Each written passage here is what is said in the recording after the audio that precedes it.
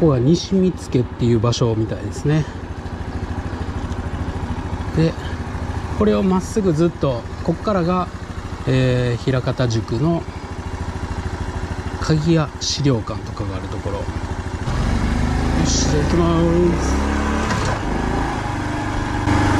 さらに進むよリトルカブ、寝屋川過ぎたらくらわんか、そろそろなんかをくらわんか、枚方宿に到着です。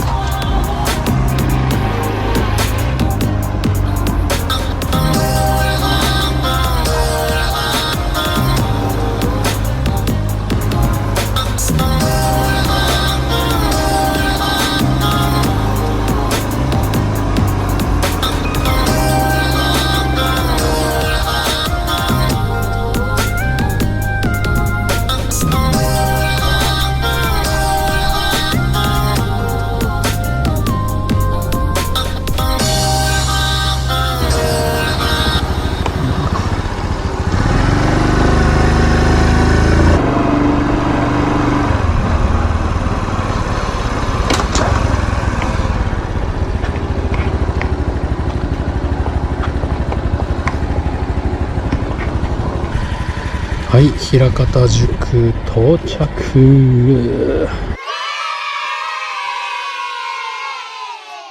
次はさらに進むよリトルカブ、寝屋川過ぎたらくらわんか、そろそろなんかをくらわんか、枚方宿に到着です。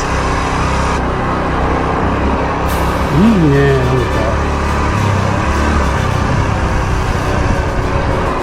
これはあれか、灯籠があって、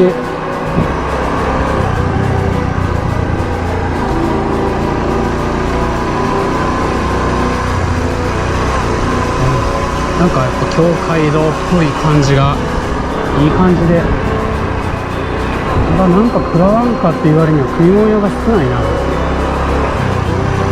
味噌や。